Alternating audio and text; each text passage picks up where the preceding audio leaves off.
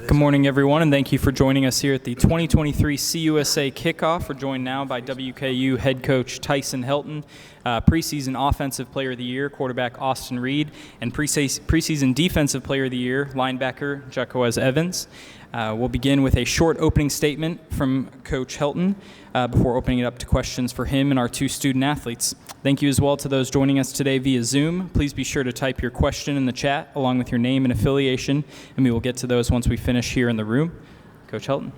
Yeah, thanks for being here today. Really excited about the upcoming football season, excited about the new Conference USA. Got some really good football teams coming in. I think you're going to see a really, really good brand of football within the conference. We're really happy to continue with Conference USA, and just looking forward to a really exciting football season and a lot of good football games played. With that said, any questions you have?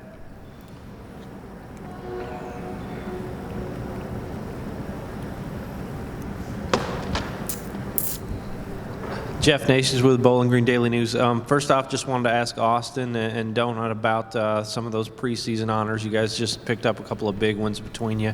Just your thoughts on that. Yeah, I mean, it was really exciting to be chosen as that because it shows kind of just respect from the other coaches in the conference, and it's nice to have that mutual respect between the two. But at the end of the day, it's preseason awards. It's cool and all, but you got to go out there and you got to earn it. Like I said, it's a blessing to have that respect from the other coaches in the conference, but at the end of the day, nobody remembers preseason award winners, so I'm more concerned about postseason awards. Same thing as Austin said. I appreciate for being acknowledged of the award, but you got to go out and go get it. Somebody can say you have it, but if you don't actually have it, it's not actually true. So we're looking forward to go out and actually accomplish that goal. Austin, too, just a year after arriving on Western's campus, things are a little bit different for you. This time last year, you were just starting a battle for that starting quarterback job, and now kind of firmly entrenched. Has your mindset changed at all, or do you kind of approach this second season at Western the same? Yeah, and it's nice not obviously to be in a quarterback competition. You really get just to dive into your game and, go about things as a starter. I was a starter for 3 years at West Florida, and so it's nice to be in that routine of like being the starting quarterback, being comfortable in that, and being able to more focus on your game and getting the team ready to win. At the end of the day, I'm just trying to get ready to help Western win as many games as possible. As a quarterback, obviously a lot of that responsibility falls on your shoulders, and I take great pride in the fact that a lot of games are going to be won and lost at the quarterback position, and I'm just trying to help Western be in the best position to win as many games and win this conference. Coach, question for you and Austin. The pedigree of quarterbacks that have come out of Western Kentucky in recent years, you kind of speak on that narrative, and then Austin, when you kind of think about your legacy going into this year, what does that mean to you?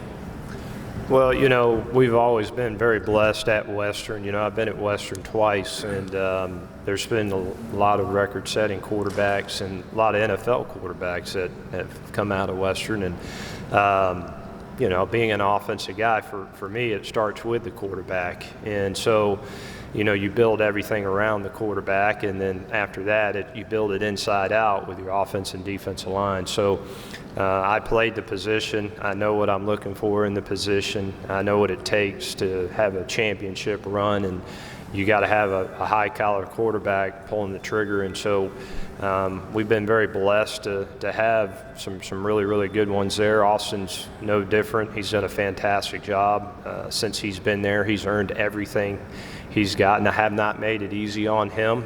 He had to go out there and fight and scratch to go win the job last year, and then on top of that, for him to be the leading passer in the country, there was already high expectations there with Bailey Zappi being with us a year before. And so he's always embraced that competition piece or the adversity piece, whatever you want to call it. And so he's always setting goals for each season and trying to reach new heights, and this year will be no different for him as well. Coach Jack Nixon with the New Mexico State Aggie Sports Network. Do you think a smaller conference is better? I think so long as you're putting a great product out there, That's the biggest thing. You know, I don't worry about the amount of teams that are in the conference. It's, you know, I'll just speak to the fact that I think there's going to be a lot of parity in this conference this year. I think you look at every football team top to bottom. I give you a great example.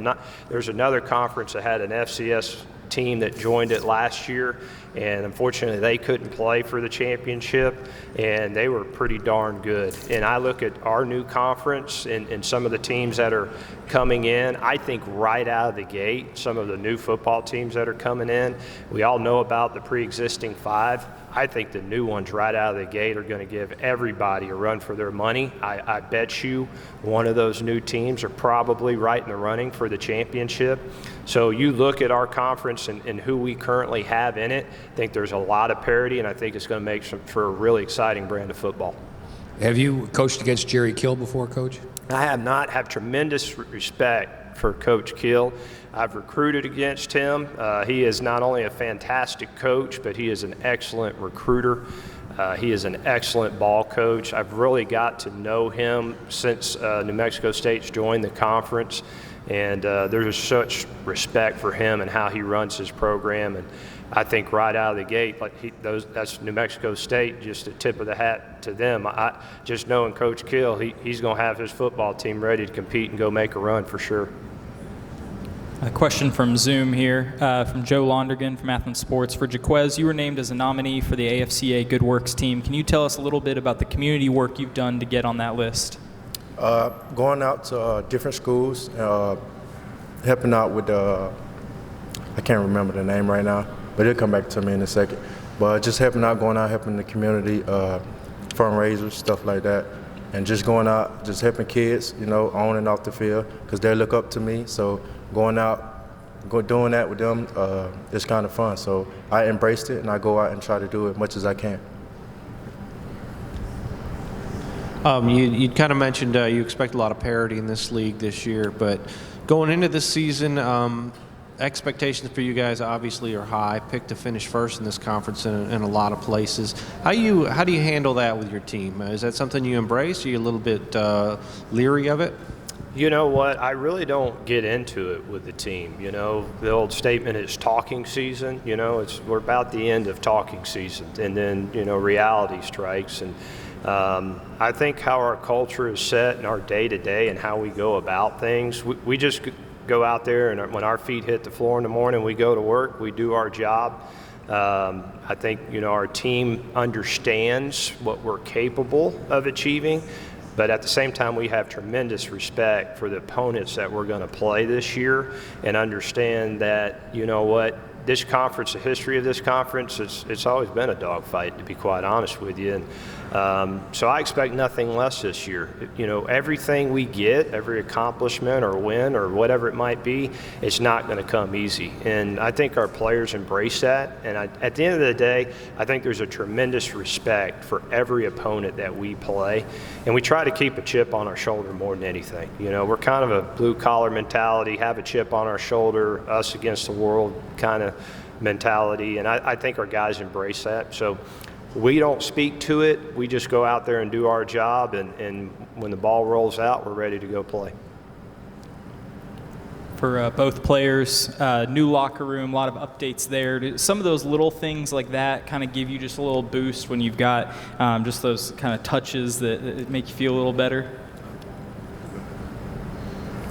Go ahead, Jacob. Nah, the new locker room is pretty cool. I appreciate everyone who's was contribute to it, but it give you a little fire, you know. It helps you go out there and just play for something. So, you know, that's what we play for, a little something. We play for a new locker room, so we go out there and we just play hard, you know, win games, you know, bring revenue in. So we just go out there. Jaquez, I just wanted to ask you too. Obviously, the offense has gotten a lot of notoriety, a lot of hype, deservedly. But defensively, you guys were really kind of a game-breaking unit last year with the amount of turnovers you forced. How were you able to do that, and do you see that as something that can continue with a new group of guys this year? Yes. You know, my coaching staff pretty good. The coaching staff, my offensive, defensive line, my players. You know, we come out there, if we play together, we can do anything. So it's kind of like, it don't matter who you go out there with, as long as you have a good team and you play for each other, you go out there do anything you want. Austin, off-season focus for you, getting that shoulder right, and saw, you might want to stay in the pocket a little more. So talk me through that approach and maybe some of the adjustments you're making from your game last year. Yeah, I mean, I pride myself on being able to run the ball. I feel like it's a facet of our game that's needed in our offense. It opens up things. We get light boxes, and then obviously we had success in the short yardage run game. So I pride myself on that. I lost 10 pounds this offseason. I feel like I lost bad weight, and I got myself in a position to be even more able to run the ball and do what this team needs to do to win. At the end of the day, I'm just trying to be more comfortable in this system and run this offense the best way it can be ran. Whether that's throwing for 450, 500 yards a game, or whether that's giving us a light box and I'm checking into runs. I just want to put our team in a position to win, and being able to know the offense in and out, what checks are needed at what time, what the offense needs to do against certain defenses has really been my main focus. And at the end of the day, just that complete knowledge of the offense, that complete control of it is going to be able to put our team in a position to win. At the end of the day, I can check it at the line at any time, and if I feel like this is the best play for our offense against a certain defense, that's what I'm going to do. So at the end of the day, I'm just trying to have the complete knowledge so I can put every player on the field in the best position to help us be successful, and then overall just win games. And that's my main goal, is going out there and helping our offense put up points to win games. Now, with the new offensive coordinator this year, have you guys gotten time to build some chemistry in the offseason? Yeah, Coach Drew and I are super close. I was up in the facilities for 6-7 hours a day, January through April, spending time with him when he first got here, just getting to know each other. That relationship between a quarterback and offensive coordinator is beyond just X's and O's. It's knowing your player and knowing your coach and knowing how each guy's mind works. And so it was just getting to do that kind of stuff, getting to know him. He was obviously did really good things. That's why, Coach Leach kept him around so long, whether it was at Washington State or bringing him to Mississippi State. And we're super excited for what Coach Drew can do this year for us, and we're super excited to have him on board. And at the end of the day, we're going to play our brand of football at Western, which has been what it is, and he fits that brand, and I feel like it's a great connection and great match for both of us and both parties, and super excited for him and having him a part of this. And last question for the players. Had the opportunity to kind of explore the portal, but decided you liked what you had here at WKU. So walk me through that decision, and Yeah, ultimately at the end of the day, just made a decision to enter the portal and look at my options. And, I was very open with Coach Helton about that, and we were very open throughout the whole process. And, he's the reason I ultimately decided to come back. I trust him. He's my head coach. He's who I play for. There's no one else I'd rather spend my last year with than Coach Helton. I truly believe that he prepares me as a football player to reach the next level, and he also prepares me as a man in life. And, I have the utmost respect for Coach Helton. I wanted to play here at Western. I wanted to be a Hilltopper for my final year. I wanted to come back, win Conference USA. There's a lot of things that we hadn't accomplished. And at the end of the day, it was a really easy decision to come back to play for this man, and that's ultimately what led to me coming back here. And extremely happy with it. Feel like it's going to be the best decision I made. I feel like time will reveal that, and ultimately feel like this is where God had led me to come back to be for my final year, and have no regrets and 100% confident in the decision I made. When you think about Porter, it was a decision that I made, and like Austin said, I was very open with Coach about it. We sat down, we had a long talk about it, but when I thought about it, I was thinking I was a part of a brand. I was building a brand, so I didn't want to just go break that brand that I'm building.